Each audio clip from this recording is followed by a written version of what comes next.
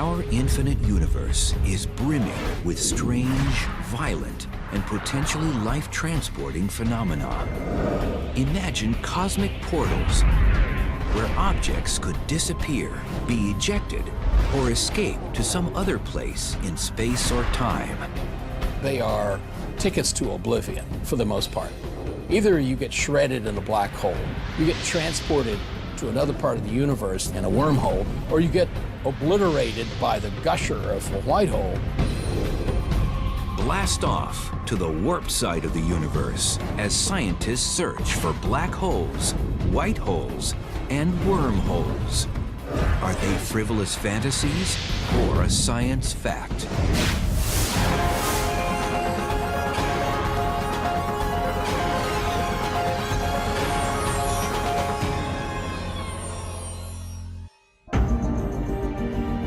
The universe is a cosmic cornucopia of endless possibilities. Imagine a shuttle service to anywhere in the cosmos. It's not aboard a futuristic spaceship. It's a galactic ride through a wormhole, a theoretical tunnel providing shortcuts through space and time. Wormholes are a little bit like a subway system that you might use in the city, where you're going into a hole, you go through a tunnel, and then you come out at the other end through another hole, and then you've traveled through the city. Same thing would be possible in a wormhole to travel between different points in the universe. Physicist Clifford Johnson has contemplated the possibility of wormholes. The difference between a wormhole and a subway system is that you're using the wormhole to travel a greater distance than you would if you were traveling in ordinary space. In theory, a wormhole has a throat connected to an entrance and exit called mouths, located in different parts of space. A wormhole is appealing because we're limited by the speed of light. We can't get to the Andromeda galaxy in less than something like 600,000 years, even moving at the speed of light. I keep wondering if the really next big discovery in astronomy could be a wormhole. Not just because they're fun for people like me, but because they could take us to some place that we can't plausibly ever get any other way. Gregory Benford has pondered the science and fiction of outer space. As both a physicist and author of over 30 sci-fi novels, Benford has witnessed fantastical theories become a reality. A lot of us would like to know if wormholes really exist or whether they're just another mathematical construct thought up by Einstein, the genius. Albert Einstein's general relativity laws allow for the existence of wormholes. In 1930, Einstein and his colleague Nathan Rosen calculated the mathematics of one of these intergalactic pipelines. It became known as the Einstein-Rosen bridge. A wormhole is a solution of Einstein's equations for general relativity, telling us how gravity works. They're hypothetical, and what they do is they connect different parts of space and time. The Einstein-Rosen mathematical wormhole arose from studying black holes.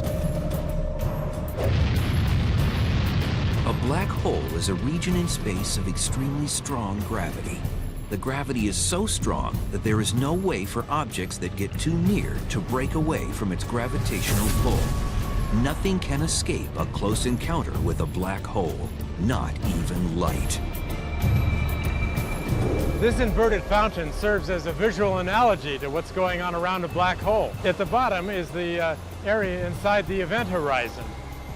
And the water falling into it is analogous to gas that might fall into a black hole. Imagine yourself being a fish swimming around this region. Once you get down inside this central portion, you're past the point of no return. But Einstein never intended his wormhole as a tool for space travel. His wormhole is theoretically created at some moment of time. It opens up briefly, then pinches off. Anything that tries to pass through it will get crushed when it squeezes apart. The typical wormhole that you write down in your equations and study is unstable. It'll vanish in an incredibly short time. So what you need is some means of holding it open.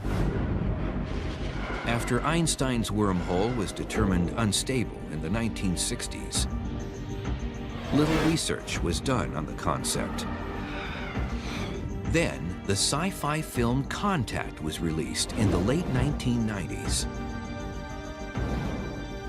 Based on the book by renowned astronomer Carl Sagan, it proposed that a wormhole could be used for space travel. The book Contact, and then subsequently the movie, was a nice place in fiction that was accessible to everyone, where you could see the idea of a wormhole. So it was a nice way of getting people interested in that idea all over again. This was kind of a very far-fetched idea that wasn't even considered very seriously by many physicists until Carl Sagan decided to write this book and try to make it as realistic as possible. And since that time, theoretical physicists studying Einstein's general theory of relativity have considered travel through wormholes. Scientists began to investigate whether there might be a type of wormhole different from Einstein's that is traversable. But traversable wormholes needed something to prevent them from pinching off. You want to stabilize the wormhole. You don't want the wormhole to collapse. Keep the wormhole open. That requires something new called negative matter or exotic matter. We've never seen negative matter before. It would have anti-gravitational properties. But one day, if we ever find negative matter, perhaps that's the key to stabilize the wormhole. The idea of a traversable wormhole captivated science fiction enthusiasts. It also reinvigorated the serious study of wormholes within the science community.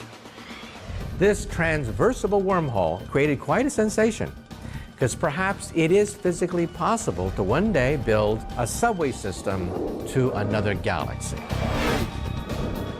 The term wormhole came from an analogy with an apple. You want to get from one part of the apple to another part. If you're a worm, you can eat your way down into the body of the apple and make a little tunnel and come out the other way, and it's shorter. But unlike a worm moving here on this apple, for a wormhole in our universe, we might not know what dangers lie at the other end of the wormhole.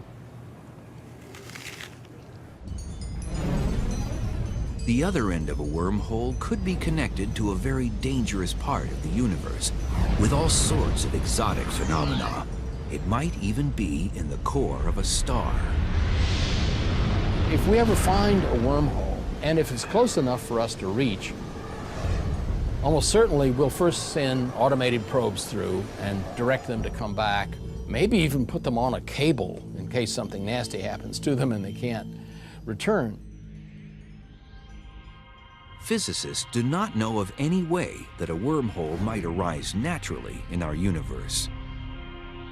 But can they be made artificially? One possibility that physicists have speculated about that might allow you to construct wormholes would be to blow them up from what's considered to be the fabric of space-time that might actually contain tiny wormholes seething in and out of existence due to the laws of quantum mechanics. Scientists proposed that perhaps traversable wormholes could be sculpted out of quantum foam, a subatomic bubble-like structure that might exist everywhere in the universe, on length scales 1 billion trillion times smaller than the nucleus of an atom. That's how you do it in principle. It's completely unfeasible using any technology that we know of, but it's at least something you might consider. If one could be engineered or located in space, scientists contemplated other possibilities for a wormhole. Could it transport galactic vacationers to different points in time, as well as different places in space? To actually create a time machine or a wormhole machine that would take us to a distant galaxy, you would have to have the physics of an advanced civilization. A civilization perhaps millions of years beyond ours. Time machines have mystified movie audiences for over 50 years. Gentlemen, I am talking about traveling through time in a machine constructed for that very purpose. But could a wormhole be used for such travel? The wormhole may lead to things like being able to go to another galaxy by walking 5 feet through a wormhole, or even going to another time. But wormholes as time machines pose unsettling questions. In the distant future, will Earthlings be able to travel to the past and perhaps change history?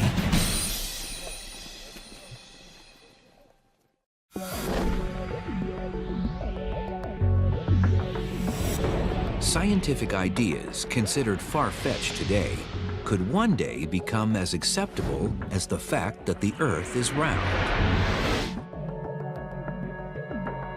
The laws of physics may allow for the existence of wormholes, tunnels providing shortcuts through space as well as time. So could these cosmic subway systems theoretically be engineered into time machines? Einstein's general relativity laws reveal that time travel into the future is possible. They show that time is perceived differently depending on where one is in the universe and how one moves. Objects moving at close to the speed of light age slower than static objects. And objects near a gravitating body age more slowly than objects farther away. Clocks run at different rates in different gravitational fields. The stronger the gravitational field, the more slowly time passes relative to someone out in space where there's no gravitational field. On Earth here, on the surface, our clocks run slightly more slowly than clocks high up in the sky. So an example of this is that the clocks in the GPS system of satellites run a little bit more quickly than the clocks here on Earth because they're in a weaker gravitational field. And the scientists and engineers developing the GPS system had to take into account the different rate at which clocks run. If they hadn't done that correctly, then your GPS system wouldn't work. If you were taking a trip from Los Angeles to New York, you'd end up somewhere in Massachusetts. Forward time travel has been tested using highly precise atomic clocks.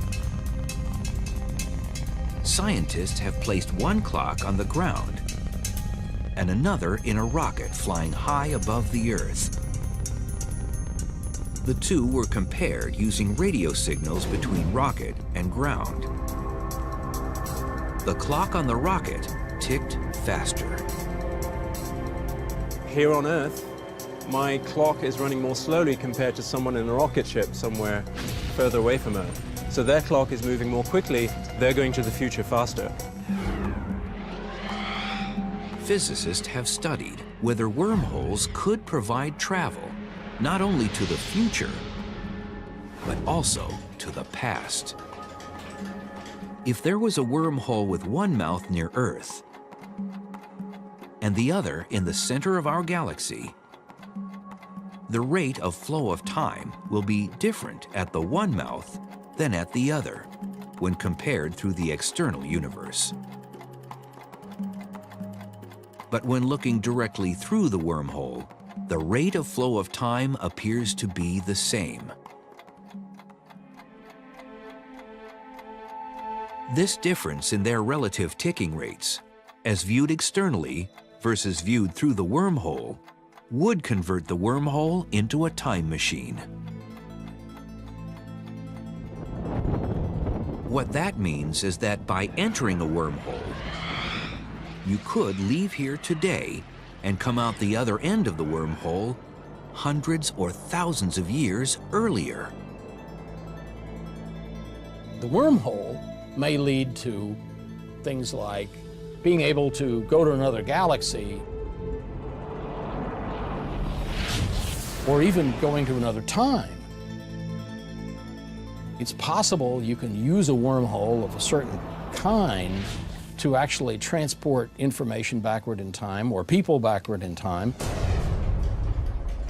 But backward time travel raises disturbing paradoxes. Could one actually voyage to the past and change history?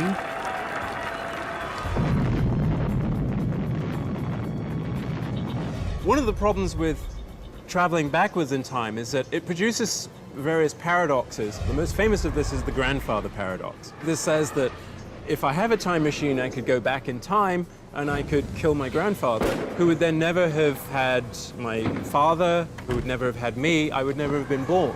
So that means you would never have been able to go back into the past in the first place. Or, let's say you go backwards in time and meet your teenage mother before you're born. And then your teenage mother falls in love with you. Then how can you be born if your teenage mother spurned your father and fell in love with you instead? The practical problems are enormous. But one day, if somebody knocks on your door and claims to be your great-great-great-great-great-great-great-granddaughter, someone from the future going backwards in time to meet her illustrious ancestor, don't slam the door. Perhaps in the future, our descendants will have the possibility of time travel, and perhaps one day they may come knocking on your door. Backward time travel has ignited a myriad of science fiction scenarios.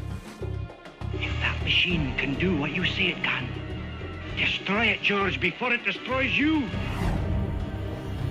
If the laws of physics permit wormholes, then how can those laws deal with the danger of changing history? One possibility is that the laws of physics allow you to do backward time travel as long as it leads to a self-consistent universe, that in some sense the history is not changeable. You can't go backwards and change things, which would stop you from having been created in the first place, for example, in the grandfather paradox. For now, forward or backward time travel through a wormhole remains in question, and some scientists think that any attempt to create a wormhole time machine may destroy the wormhole.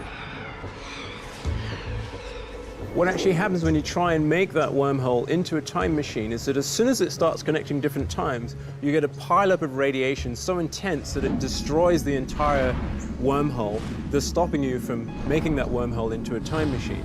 This seems to be a sign that maybe this is the way nature protects itself, using the laws of physics, from ever producing paradoxes and strange things that time machines seem to suggest. Wormhole travel is really iffy because you have to know a lot about the wormhole so that it doesn't do unpleasant things like, for example, turn you into a big ball of gas all of a sudden. Because the gravitational stresses that support the wormhole are plausibly quite strong. The idea of a wormhole is not something that we can point to and say, that's impossible. It would be absurd to say we can't do that ever, because we're dealing with powers, energies, and knowledge that are outside of our current domain. Like a wormhole, there's another phenomenon that has never been discovered. But Einstein's general relativity laws allow for its existence. It's called a white hole. While a black hole is an object into which things are falling and disappearing, rather like a sinkhole, a white hole is doing the opposite. Things are coming out. Things are coming out rather like a fountain. A white hole is like the unicorn, an exotic animal that's never been seen before. A white hole is very similar to a black hole, except it runs backwards. Think of running the videotape backwards. Instead of matter falling into the event horizon, never to come out, matter falls out of a black hole. So it's the opposite, a time-reversed black hole. Black holes, as we know, have now been understood to be out there in our universe. And so you might wonder whether the same thing's true about white holes as well. For example, quasars, when they were first discovered, were thought to be maybe white holes. Why? Because they seem to be producing a huge amount of energy. We now know that that's not the case. Quasars are actually powered by black holes. There's a school of thought that says that anything that can exist must exist somewhere. And if one adopts that school of thought, then at the moment we have to admit that white holes might be out there somewhere. If nature uses white holes, physicists speculate that they could have been an important element in the earliest stages of the universe, maybe even in the formation of the universe itself.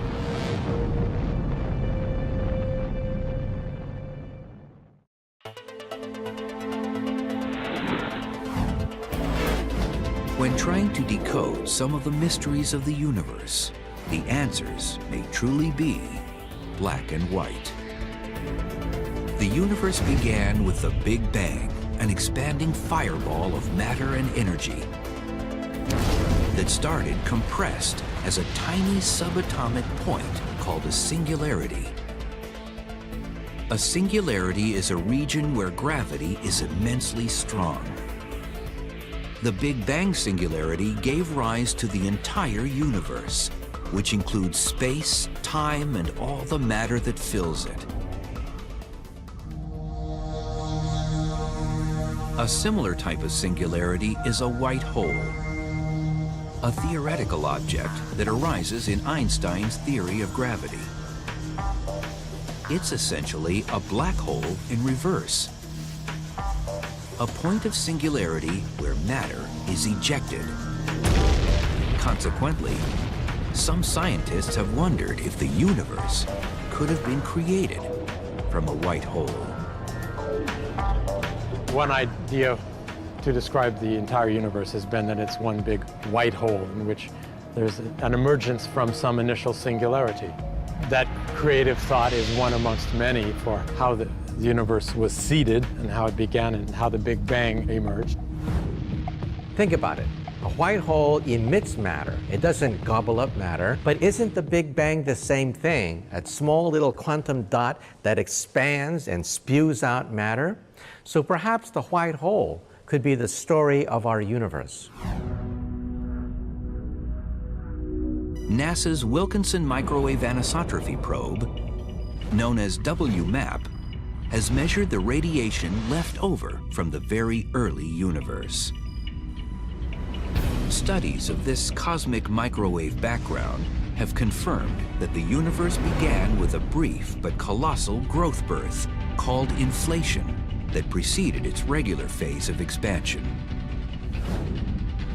So some scientists speculate whether a white hole could have been the instigator of this growth birth. The evidence coming from our space satellites like the WMAP orbiting the Earth right now is consistent with the idea of a multiverse. A multiverse consists of many universes like soap bubbles floating in a bubble bath.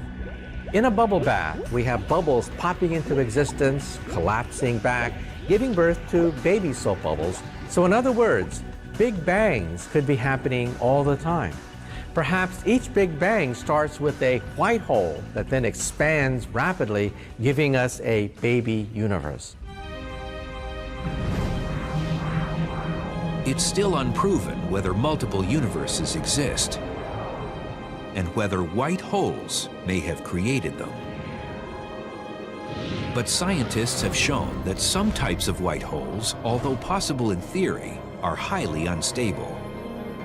They would not survive for very long and may simply collapse to form black holes.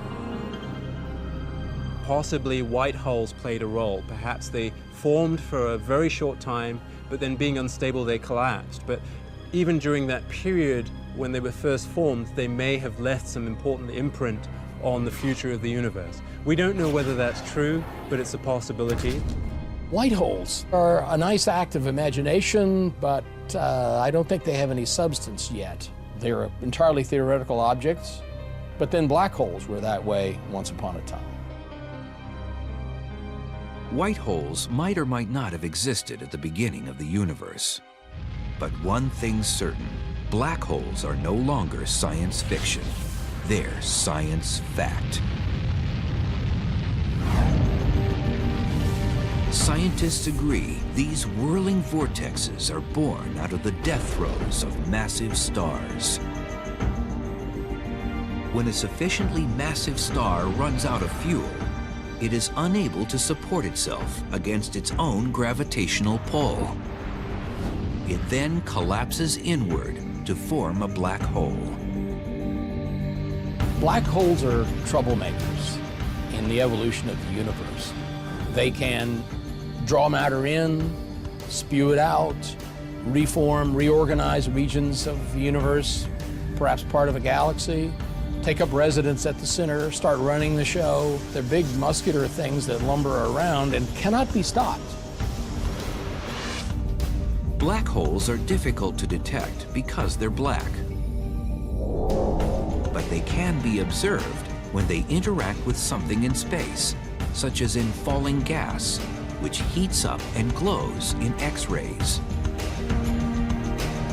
Years ago, black holes were considered to be impossible. We have something called the giggle factor in physics. People used to giggle whenever we talked about black holes. But now we see hundreds, thousands of glorious photographs of black holes. There are at least two types of black holes. One is called a stellar mass black hole, which is approximately 3 to 30 times the mass of our Sun. It's speculated that 100 million of these reside in our Milky Way galaxy and similar numbers in other galaxies. The other is a supermassive black hole that is millions to billions of times the mass of our Sun.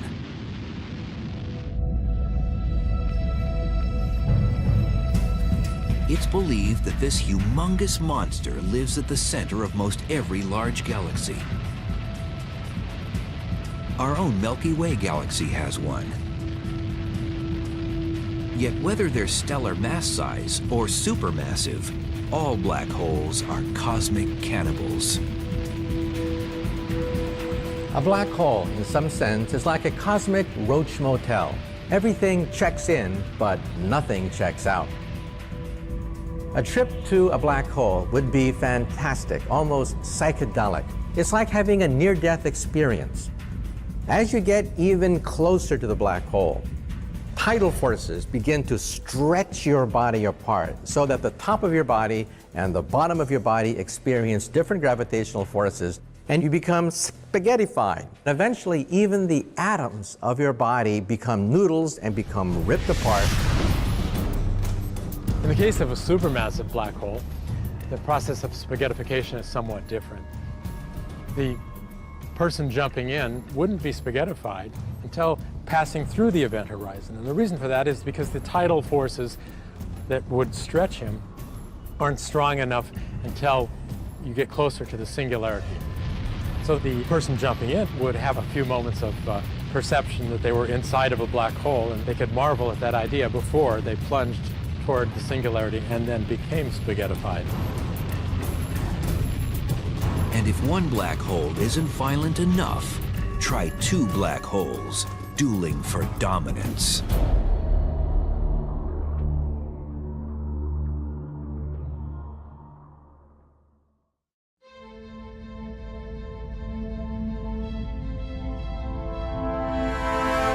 In the vastness of space, black holes occasionally pair off.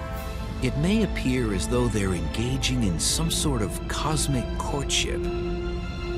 But these unions are anything but harmonious.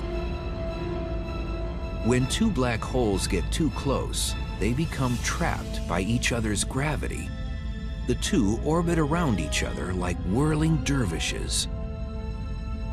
These binary black holes will eventually collide and coalesce. It's believed that collisions between black holes would be quite common. They would be in orbit around each other and then spiral inwards, and at some point they would coalesce. And that coalescence creates a huge disturbance in space-time. If you have two objects that are bending space a lot around them, and they merge together, then you'll get this ripple, this wave going out, carrying energy with it. Typically, when black holes collide, they create wild vibrations called gravitational waves, which spread across the fabric of space and time. These ripples would be just like the ripples you would have, say, on the surface of a pond. If you threw a pebble into a pond, it creates a disturbance, and then you see the ripples carrying that disturbance away to far points of the pond. In the past, binary black hole collisions were impossible to identify. Now, scientists have developed gravitational wave detectors to track these vibrations and hopefully catch black hole collisions in the act.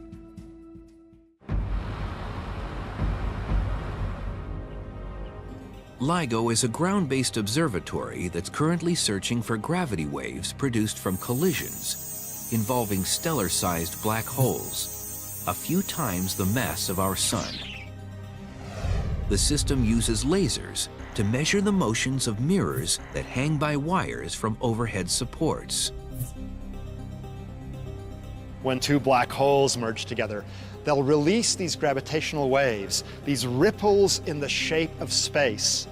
And as the ripples pass by these giant contraptions, they alter ever so slightly the distances between these detectors, and the detectors can actually monitor and see that change in distance. And that's the signature of a gravitational wave coming by.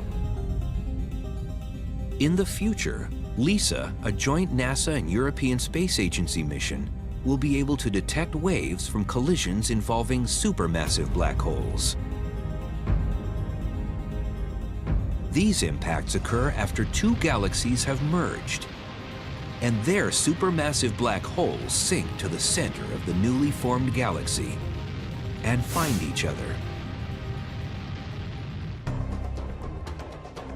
And if collisions involving two supermassive black holes isn't chaotic enough, try three.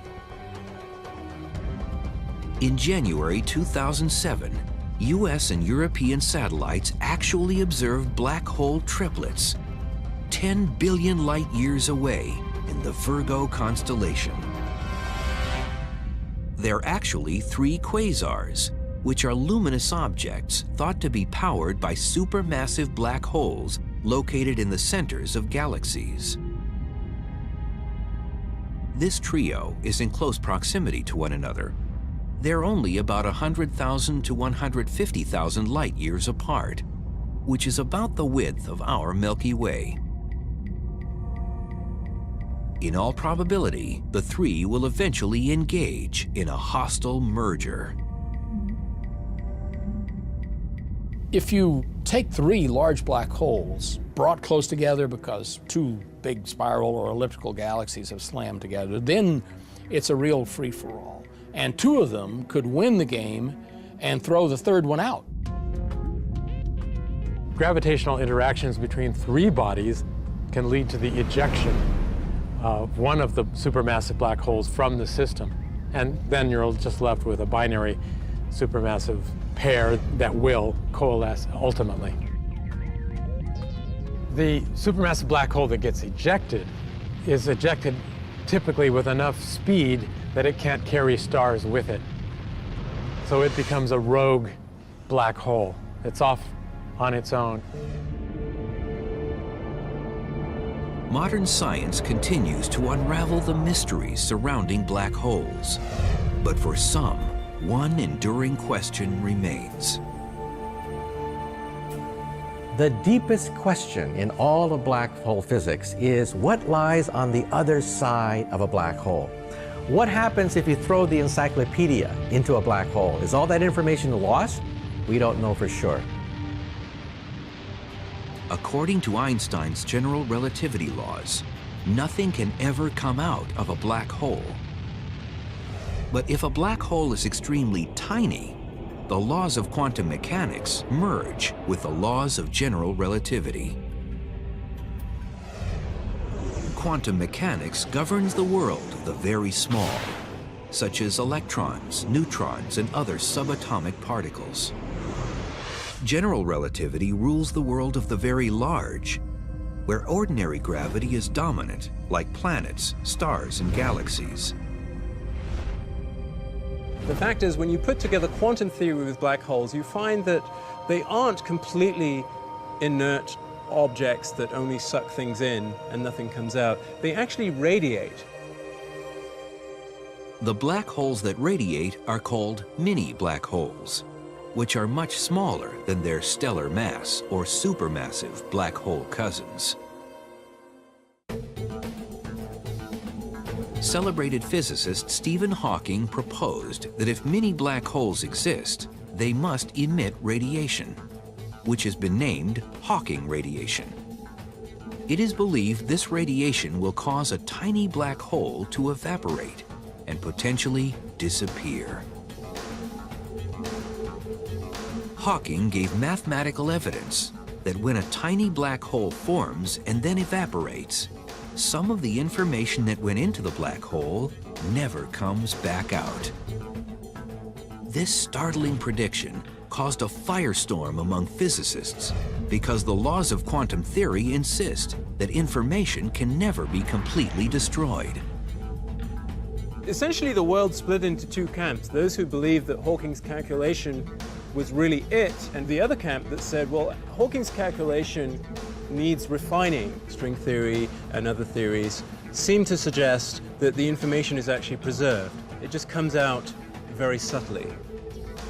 The question of what happens to the information that goes inside a black hole is, I think, not fully settled. The chemical composition of the objects that went into the black hole and other aspects of them, their color, their temperature, et cetera, et cetera. We don't really know what happens to that information. It appears unlikely that scientists could venture inside any black hole and return back home in one piece to report their findings. But a worldwide collaboration of scientists may be on the verge of the next best thing: manufacturing tiny black holes right here on Earth.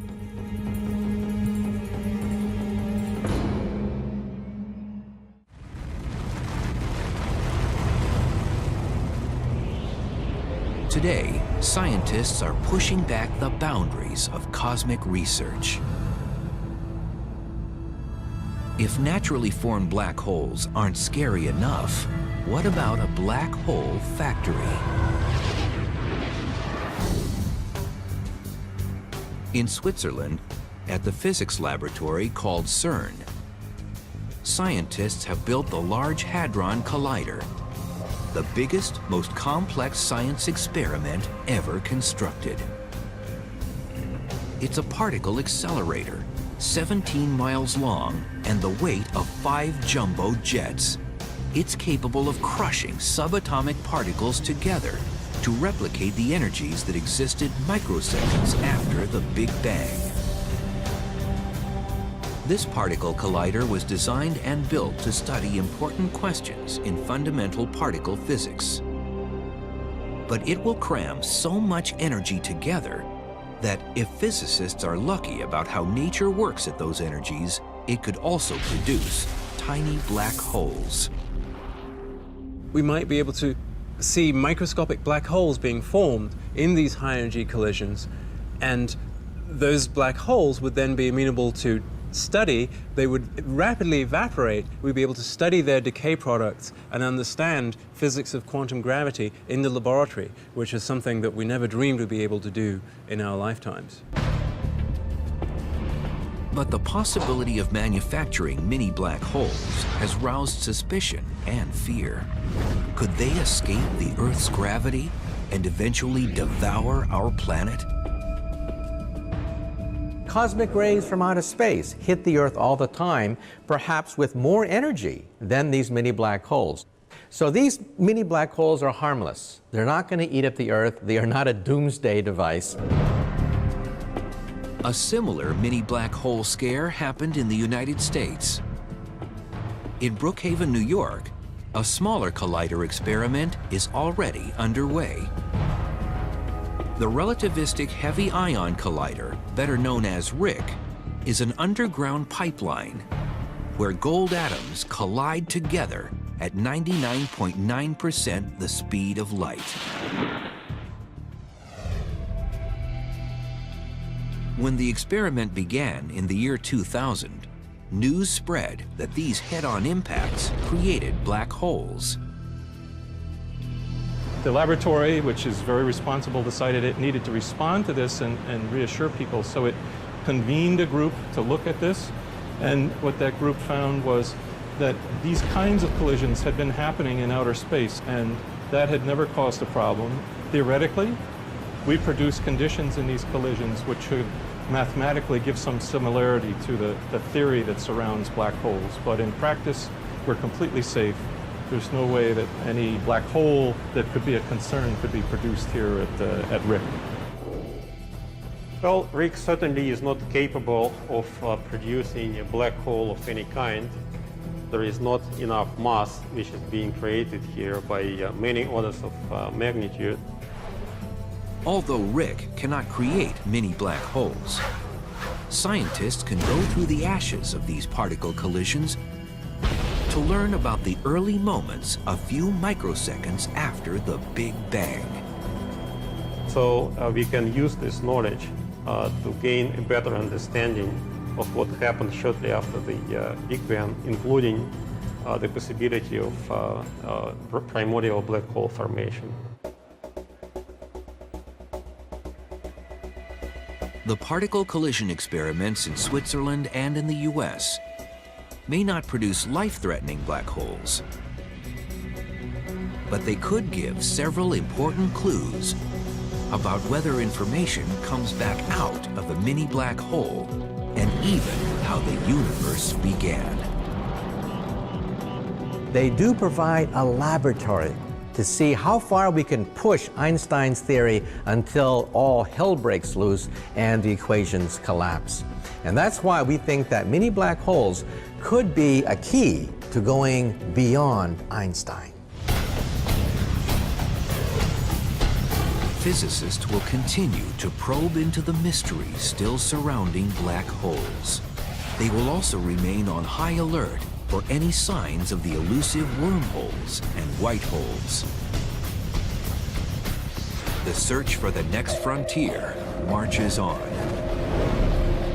White holes, wormholes, black holes are tickets to oblivion for the most part. None of these are places that you want to take your summer vacation near. And these tickets will cost a lot to even find. These objects are hard to observe in the universe, and only one of them do we really pretty much know is there, the black hole. The others may be entirely hypothetical. They may be the unicorns of astronomy. There are several cases in history of science when an idea or even a solution to an equation just seemed like an artifact of our imaginations and actually turned out to be a real thing. Black holes are such an example. Maybe white holes and wormholes will have some role in nature which we'll one day discover.